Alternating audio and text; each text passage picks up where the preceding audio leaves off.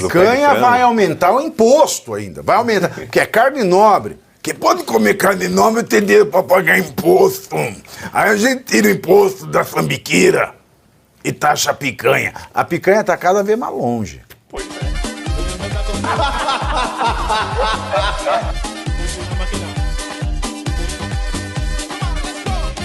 Na Câmara, os aliados do governo na Câmara solicitaram que Lula Lelé fale menos sobre economia e diminua a ofensiva contra o presidente do Banco Central, Roberto Campos Neto. Segundo informações do Estado de São Paulo, os parlamentares que consideram que a série de ataques não ajuda a baixar a taxa básica de juros e também contribui para a alta do dólar, que influencia negativamente e, obviamente, a inflação. Durante evento com líderes de bancos centrais na Europa, Campos Neto rebateu as críticas de Lula e defendeu a sua atuação. Aspas para o Campos Neto. Temos que separar a narrativa política e o trabalho técnico que devemos fazer. A história vai mostrar que o trabalho foi feito da melhor maneira, com os dados que tínhamos à mão, da maneira mais técnica. Fecho aspas. Tá aí, o Roberto Campos não confunde Marcelo Bella juros com juras. Olha, na verdade, quando a gente fala de Roberto Campos Neto, nós temos que falar sobre tradição e família. O Roberto Campos, o avô do Roberto Campos Neto, foi um dos maiores economistas, políticos, diplomatas desse país e do mundo, né, com vários livros editados, formado na Universidade de George Washington, lá nos Estados Unidos. O Campos Neto é formado na Universidade da Califórnia e tem uma vasta experiência econômica e é realmente o melhor para poder trabalhar nisso. Hoje, o governo não consegue cumprir com o seu orçamento. O ministro Haddad, a ministra Tebet, tem vários desafios em relação a isso pela frente. Todas as vezes que há risco de aumento de inflação, a taxa de juros da Selic tem que ficar mais alta para controlar os gastos do governo e também controlar os gastos da população. Não conseguimos fazer isso sempre. Isso é apenas uma estratégia econômica. Agora, quando o Campos Neto faz isso, ele está protegendo quem? Você, trabalhador. Porque quando a inflação sobe, você perde poder de compra. Então, Lula recentemente fez uma declaração que ele não deve satisfações a banqueiro, e sim ao povo pobre do Brasil. Esse povo pobre que ele está falando, caso a inflação suba, vai perder o seu poder de compra de comida na mesa. Então, quem está definindo o Brasil? Campos Neto ou Lula? Na realidade, até dezembro desse ano, Campos Neto tem sido aí um vassalo ao nosso favor. E depois, a partir de janeiro de 2025, quem vai nos proteger? Vamos chamar o Batman? Pois é, mas vai ter sambiquira na cesta básica, hein, Vitor Brown? Ele falou que a arruela do frango não vai ter imposto na cesta básica. E pé de frango também, né? Pé de frango. Você viu que saiu a matéria, os benefícios do pé de galinha. E a picanha vai aumentar o imposto ainda. Vai aumentar, porque é carne nobre. Que pode comer carne nobre e ter dinheiro para pagar imposto. Aí a gente tira o imposto da sambiqueira e taxa a picanha. A picanha está cada vez mais longe. Pois é, e o que o governo faz é tentar inverter a ordem das coisas, inverter a lógica do discurso, porque o Banco Central cortou os juros, né? Fez um corte significativo, né? Em relação a um ano atrás, os juros vieram numa trajetória de queda, até que nessa última reunião pararam de ser cortados. Mas o motivo que levou o Banco Central a interromper os cortes na taxa de juros foi justamente a postura irresponsável do governo federal com as contas públicas. Então, se o Banco Central não está mais cortando os juros, é por causa da política fiscal irresponsável do governo Lula. E não o contrário, não é que a economia não decola, o Brasil está patinando, segundo Lula, porque o Banco Central não ajuda, porque o Roberto Campos Neto joga contra, porque o Banco Central é bolsonarista e aí está sabotando o governo dele. É justamente o contrário. O Banco Central estava conduzindo o Brasil a juros menores, mas teve que interromper essa trajetória de queda por causa do descalabro fiscal, porque as contas públicas hoje estão numa situação pior ou semelhante ao que estavam na pandemia, só que agora sem pandemia, apenas com o governo Lula. Então, a aí tem uma tentativa de inversão do discurso que é muito perigosa. É claro que não cola, mas o Lula, naquela visão retrógrada e anacrônica que ele tem de política, acha que sim, é suficiente. Ele estava acostumado com um mundo onde não havia as redes sociais, em que o que ele falava na imprensa pautava o debate público, era suficiente. Hoje não é mais assim. Ele pode dar entrevistas nas rádios, apresentar as justificativas dele, repetir o discurso político dele, mas a realidade é outra. Nas redes sociais tudo isso é desmentido em poucos segundos. Tem aí milhões de canais de acesso à informação que os brasileiros estão recorrendo, a Revista Oeste está aqui. Então, isso não cola mais. Mas o Lula, com a forma antiga, anacrônica dele de fazer política, insiste nos erros. Agora me permita só rapidamente. O Lula, ele tem uma essência de sindicalista, como nós colocamos aqui. E o sindicalista, na realidade, o que ele faz? Ele vai para a porta de fábrica e ele fica celebrizado pelo quê? Pela resposta em relação que ele recebe dos trabalhadores de defender o direito desses trabalhadores. Mas, geralmente, o sindicalista é um crítico que ele não consegue o equilíbrio entre a empresa, que é necessário, e os direitos dos empregados. Aí esse sindicalista vai para o governo. A essência é a mesma. Então ele não vai baixar o tom. Vai continuar fazendo críticas, e não críticas veladas, críticas agressivas, em relação ao Banco Central e a sua política de juros, como um bom sindicalista. E acho que é isso que machuca muito ele, o Marcelo, esse histórico dele enquanto sindicalista. Porque aí não dá para negar, o Lula foi um líder popular, né? Durante muito tempo, ele arrastou multidões lá em São Bernardo da Geise.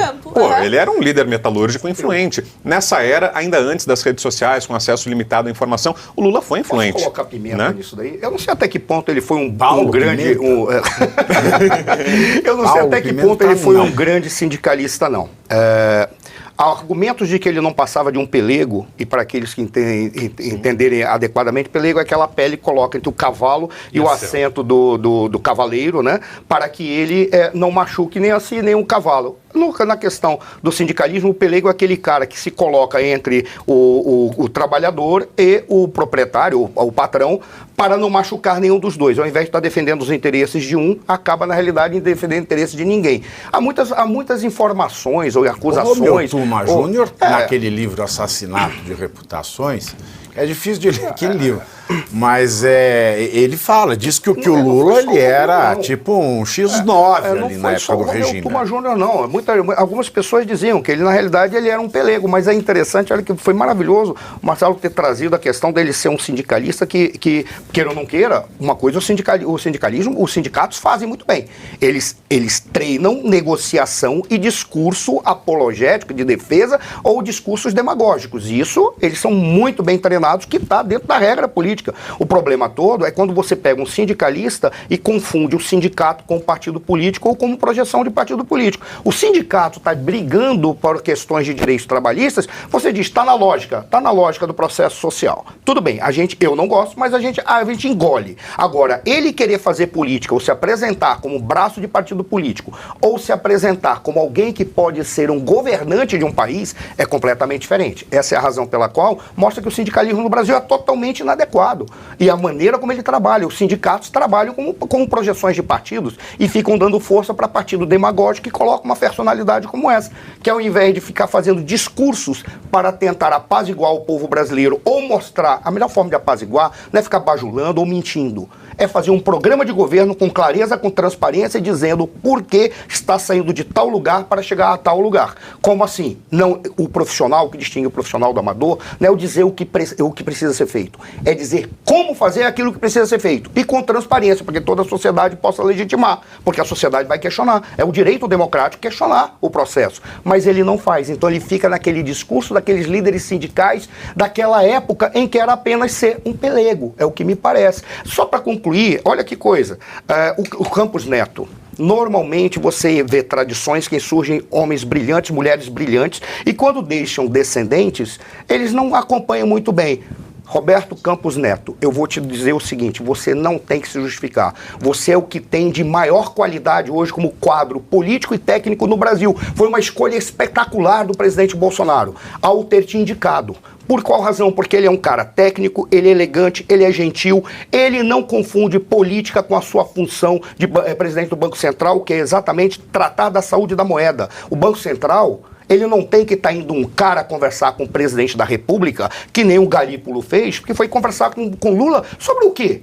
O presidente do Banco Central não tem que estar preocupado com a política econômica, ele tem que estar preocupado com a saúde da moeda. Ponto. E isso é técnico. E o Roberto Campos Neto, ele não precisa se justificar. A história vai identificá-lo como um dos melhores quadros da história deste país.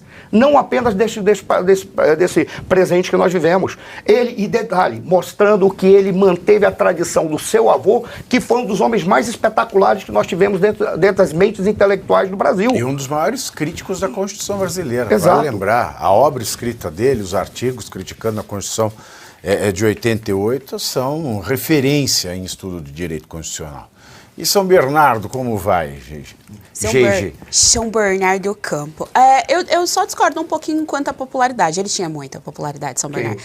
Lula, sim. São Bernardo do Campo, então, onde você andava ali, você achava a estrelinha. Agora, ele teve muita popularidade porque ele trabalhou muito bem isso, porque ele tinha muita gente em volta dele trabalhando, porque eles foram inteligentes ao ponto de dizer assim, nós precisamos criar um mito. Porque o povo acompanha mito. E começaram a criar fantasias em cima de um cara... E era perfeito, né? Era o pobre que chegou à presidência. Esse que é o discurso dele. Que é exato, que é o que ele usa até hoje. Por isso que eu sempre falo, é a política lá atrás dos anos 2000. Ele usa exatamente o mesmo discurso. Isso que a gente está analisando agora em relação ao Banco Central é exatamente o mesmo discurso lá dos anos 2000. Então, o que ele quer colocar nessa conta? Mais uma vez, todo o campo simbólico. Nessa entrevista, ele fala o seguinte, que ele nunca viu na vida dele um presidente eleito pela população e ele não pode indicar o presidente do Banco Central. Então, é o mesmo discurso contra o bolsonarismo, o mesmo discurso de que existe alguma coisa fascista, de que existe alguma coisa maligna, demoníaca feita ali nesse Banco Central e que por isso ele precisa tirar. E é o mesmo discurso lá atrás dos anos 2000, que é o mesmo discurso de antagonismo de classes lá atrás dos 1800. Então, ele segue batendo nessa mesma tecla. É o nós contra ele. Exato. Sempre, o nós contra ele.